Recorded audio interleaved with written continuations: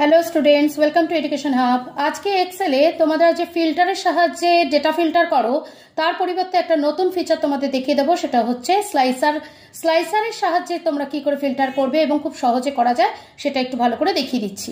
প্রথমে তোমরা ডেটাটাকে select all করবে কন্ট্রোল এর সাহায্যে, দেন কন্ট্রোল টি করে ডেটাটাকে পুরো টেবিলে কনভার্ট করবে। টেবিলে কনভার্ট করলেই তোমরা দেখবে প্রত্যেকটা বাটন চলে আসবে, ডাউন ড্রপ বাটন চলে আসবে কলাম হেডের পাশে।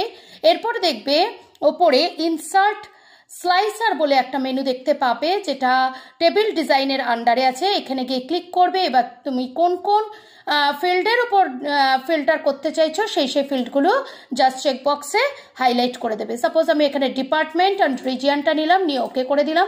এখানে দেখো দুখানা চলে এসেছে। এবার এটাকে তুমি একটুখানি সুন্দর করে সাজিয়ে নেবে, যে কোথায় রাখলে তুমি দেখতে পাবে, যেখানে এভাবে সেট করবে, এখানে সেট করবে। আরেকটাকে আমি এখানে সেট করলাম।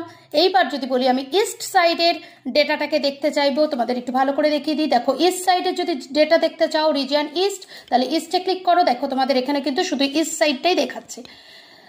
এবার যদি মনে করো যে এই ফিল্টার থেকে বেরিয়ে আসবে, তাহলে ক্লিয়ার ফিল্টারে ক্লিক করে দেবে, সবাই আবার ফিরে আসবে।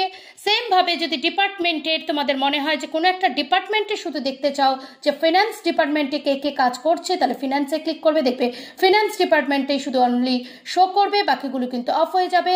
আবার যদি সকলকে ফিরিয়ে আনতে চাও, এখানে ডেটা ফিল্টার বা ক্লিয়ার ফিল্টারটাকে ক্লিক করে দেবে, দেখবে সবকটা ডেটা আবার ফিরে এসেছে। এভাবে আমরা স্লাইসারের মাধ্যমেও ফিল্টারের কাজটা করতে পারি। Thank you very much. Next week নিয়ে আবার একটা ভিডিও নিয়ে আবার পরেরটায় হাজির হব।